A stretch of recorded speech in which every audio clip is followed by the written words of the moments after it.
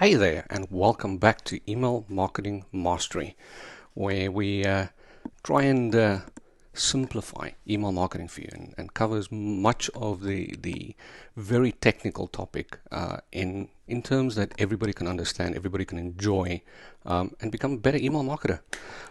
Introductions is done. I'm your host, Rish Killian, and we're going to jump right into the presentation, which is going to be a nice short one today, no crazy stats or anything. So let's go. So today we are talking about the email marketing rules funnel. I know it's not the best name, but it's the best one I could come up with for right now. And you'll see why I call it the rules funnel. So let's get going. Right, so firstly, the first level of our email marketing rules funnel is the country level. So generally speaking, your country level rules or laws are the least strict and easiest to comply with, but it can cause the most pain if violated. So out of the 83 countries that are currently tracked by the Email Experience Council, better known as the EEC, only 7 are opt-out, where the rest are opt-in. Now, just to give you an idea of what that is, so let's use the United States as an example. In the United States, with the canned spam law, it is 100% legal for you to gather email addresses without the person or the subscriber actually opting in or asking for those messages to be sent to them, and adding them to a list, and then continuing to send them marketing messages as long as it adheres to certain requirements laid out by the canned spam law. One of which is it has to have an unsubscribe link. Very simple and easy to do. So out of the 83 countries, only 7 countries allow opt-out level of email marketing, right? Here's the thing. If you are an online company and you sell to the whole world, you effectively have to make sure that you comply with all the laws of all the countries that you are sending to. So let's say, for instance, you're sending to Canada, right? The United States neighbor up north. Canada has got very, very, very strict anti-spam laws, right? You are not allowed to do the things that you are allowed to do in the US when it comes to email marketing. And so you've got to be aware of all these different laws and rules and regulations that's out there on the country level. And even now in the United States, it's starting to filter down to state level. With the new law that was just passed in California, the CCPA, things are getting stricter and things are getting, how can I put this politely? The laws are beginning to force people to follow the opt-in rule/law/procedure. So if you want people to be on your email list, they have got to fill in a form and physically give you permission to be added to that list. Now, next week, we're going to talk about what constitutes permission, because that is a very wide-ranging subject. So the worst case with the country laws, the worst thing that can happen to you is you can get substantial fines and you can possibly completely lose your business if you violate any of the country laws. Now again, as I said, generally speaking, these country level laws are the least strict and they're the easiest to comply with. All right. So now let's move on to the ESP level, right? So ESP stands for Email Service Provider. And I told you guys right in the beginning, in the first episode, that we're going to work through I'm going to explain these abbreviations as we move through, as we go through these episodes. So the terminology, as and when I use it, I'm going to give an explanation on. So your ESP is your email service provider. So this is the company that's sending out your marketing messages. So this is going to be somebody like a MailChimp or a Aweber or a GetResponse or any of the other. I mean, there's several hundred ESPs out there. So the ESPs has much stricter rules on what can and cannot be mailed. Right, so they have many restrictions on verticals or industries, like for instance, pornography, pharmaceuticals, guns and ammunition, dating, right, dating sites, where some of them will They allow dating information products, but they don't allow actual dating sites. So you've got to go look very carefully at the rules and the regulations of whatever particular ESP that you're using at the time. Now, the ESPs do this very specifically because they know what verticals or what industries, historically speaking, has got bad reputation at the mailbox providers. So they try and avoid those because they cause deliverability issues in the long run. So they stay away from that. They also have much stricter rules on acquisition practices. So, as I said, with canned spam, you can go buy a list of names legally, right? I would never ever suggest that you go do that. I'm very strongly against the practice of purchasing lists or leads.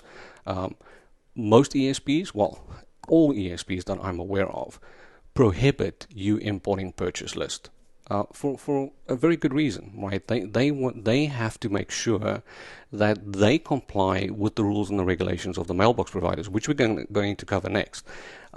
So they've got to make sure that their own customers, the ESP's customers, that they follow the rules and that they don't cause problems for the ESPs, because the ESPs have got thousands, some of them hundreds of thousands of customers for whom they are sending loads of email marketing messages.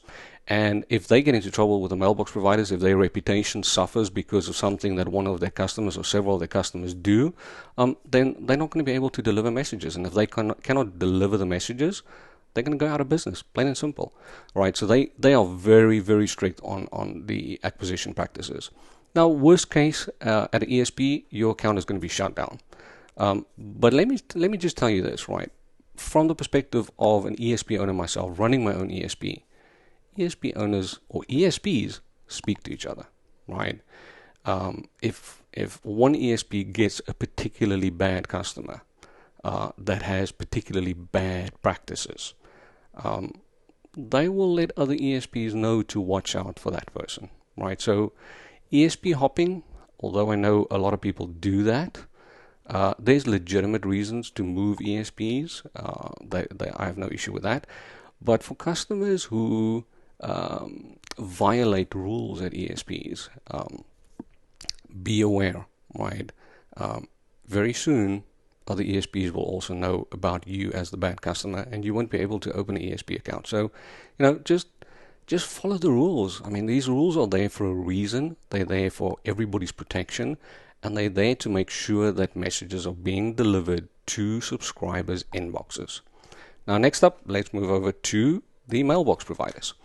Right, so in the industry, we just call it an MBP, and it's not a MacBook Pro, it's a mailbox provider, right? So the MBPs are not so strict on what can be mailed to them as long as it does not violate the law. Right, so a dating website can legally and ethically send messages to, for instance, a Gmail account. No issue. There's no rules at Gmail that prohibits that. They do have some restrictions on pornography, on pharmaceutical stuff, on guns and ammunition, stuff that is sensitive when it comes to the law. So they kind of try and avoid those things for a very good reason. They don't want those kind of hassles, fighting with the law, fighting with the government. So they try and avoid those things. The focus of all MVPs is to provide the best possible experience for their users. Now, their users are your subscribers, right? So the MVPs want their subscribers to have the best possible experience. So all your major MVPs, Gmail, Outlook, AOL, all of these guys, they've got incredibly complex algorithms that's running constantly, trying to make sure that the messages that they deliver to their own users is what their users want to see, right? So when it comes to the MVPs, engagement is absolutely everything. And sending exactly what the users want to receive is as important as engagement. So what's the worst case scenario that can happen at the MVP if you violate their rules? They can block your messages outright. Now, Here's the fun part of that. If a MVP is blocking your messages and you using a brand name ESP like MailChimp, right? Those messages being blocked, that message that is sent back to the ESPs take note of that and they go, oh, hang on a sec, here we have a very bad customer that's causing us issues at this MVP. We have to take action. So now your ESP is going to cancel your account, right? So again, you've got to play within the rules of the MVPs, and they are the strictest when it comes to the rules and the regulations, right? They want to make sure their user has the best possible experience. So just a quick overview, again, in a proper funnel picture. There you go. Country, region, laws or rules, generally the least strict, easiest to comply with, can be large fines for violations. Your ESPs, your email service providers, usually some overlap with country. They are stricter, specifies industries and verticals which are restricted. An account will be shut down for violation. And then the mailbox provider is the strictest of all three levels. MVP's focus is a pleasant experience for the users. Engagement is king. Emails can go to spam or outright block, which will cause problems for you at your ESP. I told you this is going to be a short one, right? I know that it was a very short presentation with not a ton of information, but if you can just follow these general guidelines when it comes to deciding how you run your email program, how you run your list acquisition program, this right here is key, as short and as sweet as it is. Right? And that's it. So if you have any questions, you can pop it in the chat box. If you want to contact us directly, ask a question about anything about email marketing, just send an email to emm@inboxjam.com. If you have any suggestions for what you want to see in future episodes, then by all means, please drop us an email and we'll see where we can squeeze it in.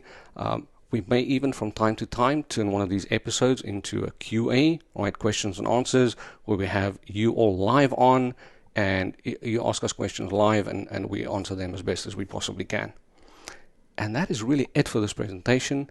Episode 3, next week Thursday, exactly the same time. What constitutes permission?